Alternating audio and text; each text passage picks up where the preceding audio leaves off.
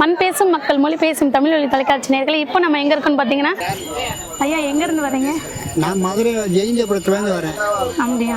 ஆமாம், அந்த அணைப்பெட்டியில் செய்யறங்க. அணைப்பெட்டிங்கிறது ஆஞ்சநேயர் எல்லா இடத்துலையும் மேலே தான் இருப்பாங்க. இங்கே வந்து பள்ளத்தில் இருப்பாங்க.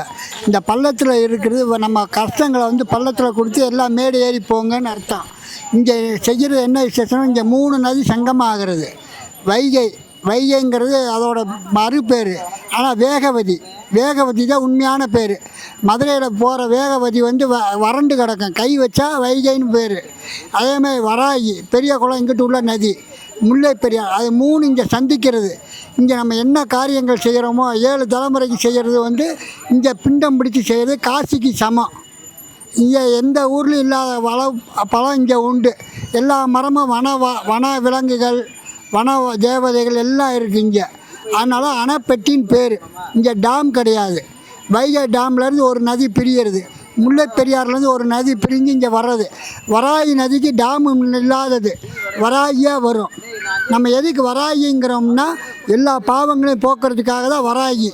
வேகவதிங்கிற நம்ம எந்த நேரம் கோவப்படுவோம், அது எப்படி வேகமாக போயிடுதோ அந்த சார்ந்தப்படுறதுக்கு தான் முல்லை பெரியாருங்க அடிச்சுட்டு வரும். தண்ணியை ஃபுல்லாக அடிச்சுட்டு வந்து இங்கே வந்து டேமில் வந்து நின்றோம்.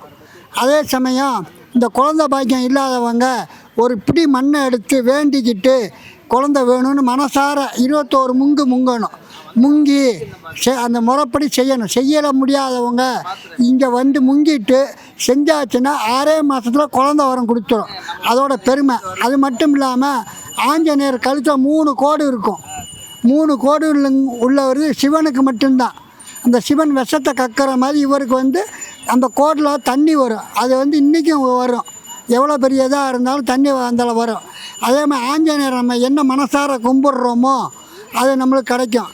சனி பகவான் பிடிக்காத ஒரே ஆள் யாருன்னா ஆஞ்சநேயர் தான். பிள்ளையாருக்கு சனி பிடிக்கும். எங்கே பிடிக்கும்னா புறமுதுகு.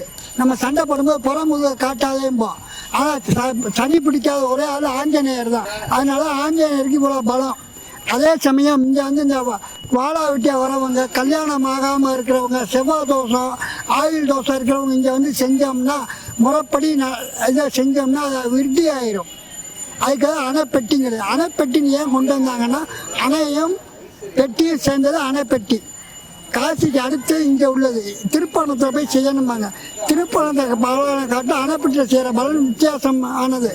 அதனால நான் இங்கே வந்து செஞ்சுக்கிட்டு இருக்கேன். நான் வந்து 7 தலைமுறைக்கு உள்ளதை மந்திரங்களோட நான் மாதத்துக்கு 2 ட்ரிப்பு வந்துடுவேன். அதே மாதிரி ராமேஸ்வரத்தில் செய்கிறது இந்த நதி வைகையோட கிருமா நதி வந்து ராமேஸ்வரத்தில் போய் சேரும். அதனால இங்கே வந்து செய்கிறதுக்கு புண்ணியம். ராமேஸ்வரம் போய் தான் செய்யணுங்கிற அவசியமே கிடையாது. இங்கே செஞ்சாதான் ராமேஸ்வரத்துக்கு உள்ள பலன்.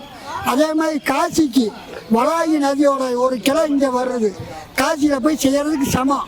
ராமேஸ்வரம், காசி, தனுஷ்கோடி 3 சேர்ந்த ஊர் அணைப்பெட்டி. அதான் இதோட பெருமை. என் பேர் ரவி, மதுரை. இப்போ எத்தனை தடவை வந்திருக்கீங்க? இது இப்போ செய்ய போகிறதுக்கு வந்து 3 தலைமுறைக்கு வந்து இதில் வந்து 21வது தடவை வந்திருக்கேன். என்ன பூஜை பண்ணுறீங்க? இப்போ இவங்களுக்கு வந்து அடப்புக்கு எடுத்தது. அதே சமயம் இவங்களுக்குள்ள கஷ்டங்கள், இதே குடும்பம் ஒத்துமையாக இருக்கணும், தொழில் நல்லா வளரணும், நோய் நொடி இல்லாமல் இருக்கணும் செஞ்சுருக்கேன்.